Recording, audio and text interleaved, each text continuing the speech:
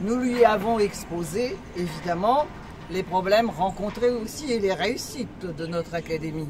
Parce que nous lui avons bien sûr parlé des mutations.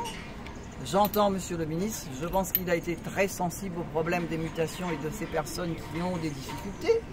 Évidemment, nous lui avons parlé aussi, ça ce sont les choses négatives, les 2500 décrocheurs pour lesquels nous souhaitons qu'il y ait, on a 2 micro-lycées, qu'il y en ait plus pour raccrocher tout ce monde-là. Évidemment, les sujets que vous connaissez aussi, lycée des métiers de la mer, 2027 ouvert, lycée des métiers du tourisme, 2028 ouvert. Et donc, quoi demander de mieux? Et donc, c'est une belle visite, et parce que nous souhaitons que les jeunes réunionnais réussissent. Nous souhaitons, avec tout ce que nous avons nous-mêmes mis en place ici à la région, pour que les familles qui sont les plus démunies, on a 60% de boursiers ici à La Réunion, le plus de gratuité possible, puisque vous connaissez, numérique sac, numérique prof, numérique classe, la cantine à 1 €, le transport gratuit pour les enfants. Nous voulons que notre jeunesse soit en l'air. Et nous avons dit cela à monsieur le ministre. Et je pense qu'il nous entend, il entend, et donc il fera de son mieux.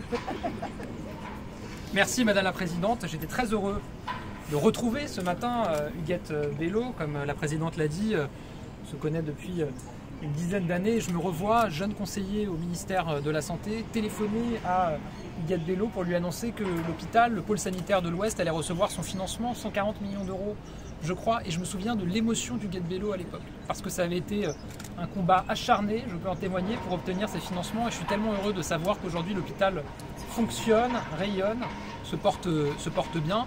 Je suis aussi heureux d'être ici avec Huguette Bello parce que par-delà les débats politiques ou les différences politiques qui peuvent exister, Huguette Bello c'est une grande républicaine et qui a à cœur de mettre au cœur de son engagement politique depuis toujours la question de l'éducation de nos enfants. Une vocation de départ en maternelle, mais c'est au cœur du projet politique, c'est au cœur du projet qui est porté par la région ici, et il y a beaucoup de sujets sur lesquels on se retrouve et on va continuer à se retrouver. Évidemment, l'élévation du niveau et la lutte contre le décrochage scolaire. Et à ce titre, on a une réforme qui est importante en cette rentrée, c'est la réforme du lycée professionnel. Parce que le lycée professionnel, c'est là où se situe une grosse partie du problème. Je rappelle que c'est 1/3 des lycéens, mais c'est 2/3 des décrocheurs en lycée professionnel. Mais c'est aussi là où se situe la solution. Parce que c'est des voies qui peuvent être trouvées, des voies d'excellence pour beaucoup d'élèves. Donc il y a une réforme importante et il y a des belles perspectives avec le lycée des métiers de la mer et le lycée des métiers du tourisme vert aussi, qui vont ouvrir pour donner encore une fois des perspectives d'emploi aussi et de formation à des jeunes. Et puis moi je suis venu aussi découvrir, et j'ai vraiment hâte, on aura des visites un peu plus tard, de découvrir les dispositifs qui ont été mis en place par la région, notamment le dispositif Numérisac, Numériclass, avec vraiment ce recours au numérique pour la pédagogie en direction des élèves. C'est à la fois bon pour la pédagogie, c'est bon aussi pour réduire le poids du cartable, c'est bon pour tout le monde. Moi je suis très heureux d'aller découvrir ça. Et puis la cantine à 1 € qui est une mesure sociale extrêmement forte.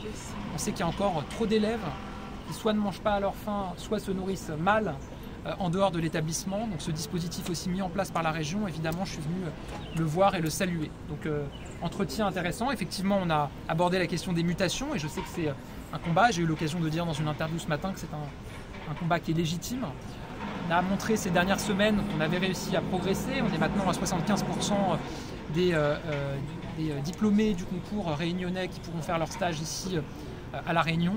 Mais on voit qu'on doit faire évoluer le système pour ne pas se retrouver avec des drames et des jeunes stagiaires qu'on doit rattraper au dernier moment, souvent après de grandes difficultés. Donc moi je m'engage à travailler avec la présidente, que nos équipes travaillent ensemble pour arriver à une meilleure organisation pour progresser sur ce sujet-là aussi. Huguette Bello a déclaré il y a quelques jours « L'éducation nationale ne doit pas être le bumidum ». Oui, je lui ai redit. Voilà. Je lui ai redit. Est-ce qu'on peut je demander... dis pas parler à la cuisine, hein.